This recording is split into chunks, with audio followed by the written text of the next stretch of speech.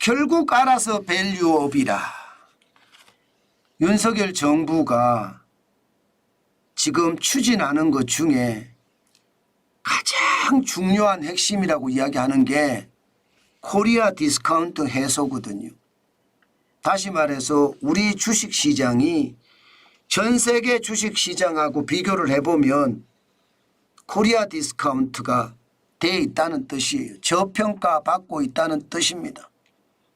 바로 이 저평가 배경에는요, 여러 가지 변수가 있는데 이 변수를 어떻게 하면 더 북돋아 줘서 쉽게 말하면 주가를 올리겠느냐, 그래서 코리아 디스카운트를 탈출하겠느냐, 이게 윤석열 정부의 증권시장의 부양책입니다. 그런데 이 부양책이 말입니다, 결국 말입니다, 인센티브가 제대로 없는, 그것도 투자자한테도 인센티브가 제대로 없고요, 또 기업에게도 인센티브가 제대로 없는 그런 밸류 프로그램이 발표가 됐습니다. 황당하죠. 지금 보시는 것처럼 말입니다. 자발적 참여 유도라고 이야기한 거 그대로 성립이 됐습니다. 지금까지 기업의 가치를 제고할 수 있는 방안을 자율적으로 수립을 해서요, 현황을 진단하고 목표를 설정하고 계획을 수립해서 이행하고 평가하고 시장하고 소통하고 이런 보고서를 만든 다음에 연일에 거래소에 자율 공시한다. 뭐 계획이 변경되면 연중이라도 언제든지 추가로 수시 공시하면서 기업의 밸류업을 높이겠다. 이게 핵심인데 내용을 보면 말입니다. 내용을 보면 자율이잖아요. 알아서 하라는 거잖아요. 기존하고 다른 점이 없습니다. 여러분도 생각을 해보세요. 기업의 가치를 높이는 것, 쉽게 생각하면 PBR이라는 거예요. PBR이라는 게 주가 순자산 비율이거든요.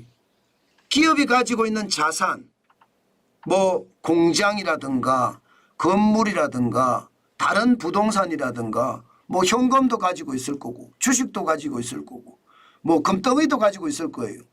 이런 기업의 자산이 주식시장에서 제대로 평가받으려고 하면 PBR이 주가 순자산 비율이 1이라고 이야기합니다.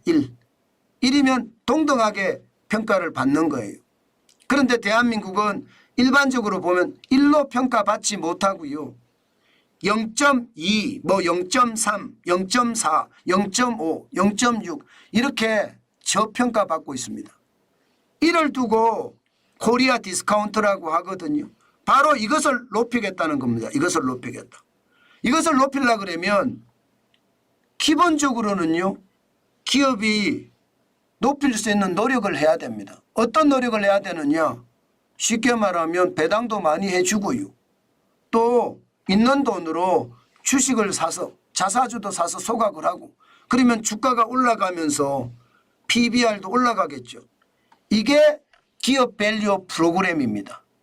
그런데 이 기업 밸류 프로그램에는 확실한 게 있어야 돼요. 확실한 게. 뭐가 있어야 되나?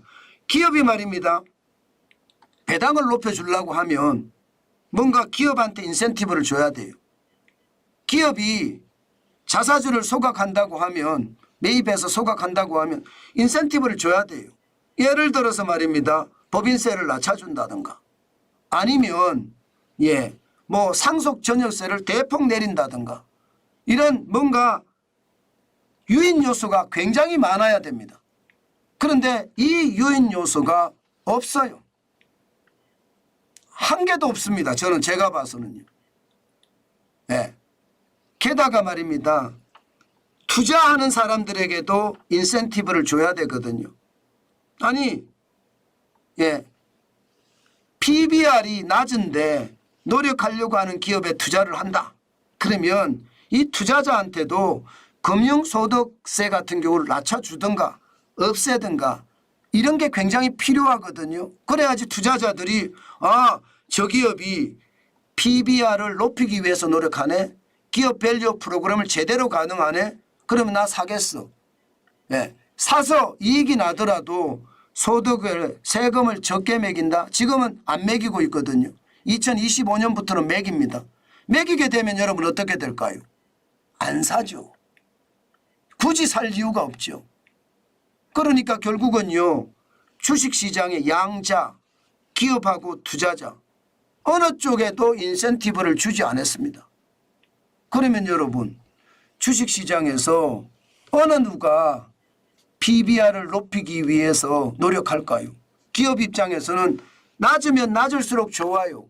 주가가 낮으면 낮을수록 상속 정여할 때 세금을 덜 내니까 좋은 거예요. 굳이 말입니다.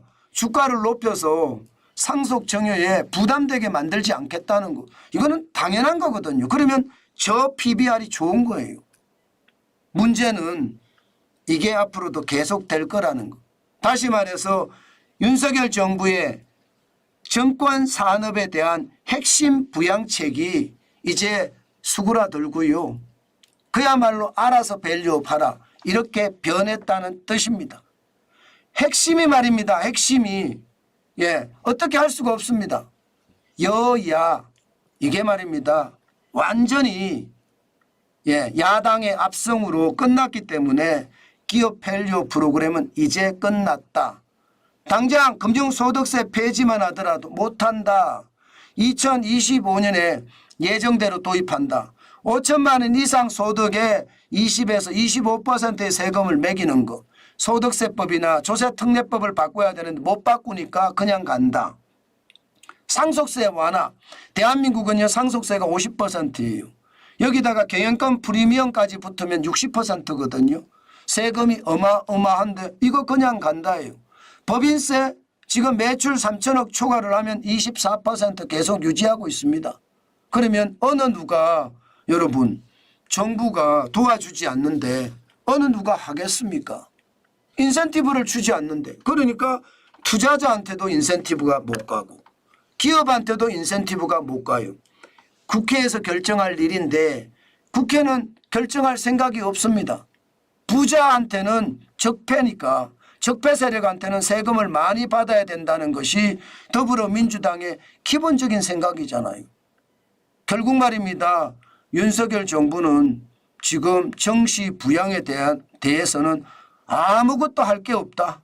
다시 말해서 식물정부가 됐다. 저는 이렇게 말해도 틀리지 않는 것 같습니다. 그동안 코리아 디스카운트를 해결하겠다는 말은 지속적으로 해왔지만 결론적으로 선거에서 참패하는 바람에 이제는 그 의지마저 꺾였다. 저는 이렇게 생각합니다. 이렇게 되면 기업 밸류 프로그램은요. 장기적으로 끌고 갈 수밖에 없을 겁니다.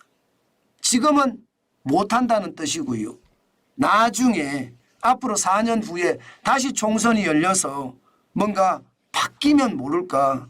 윤석열 정부에서는 더 이상 기업 밸류 프로그램은 크게 작동하지 않는다.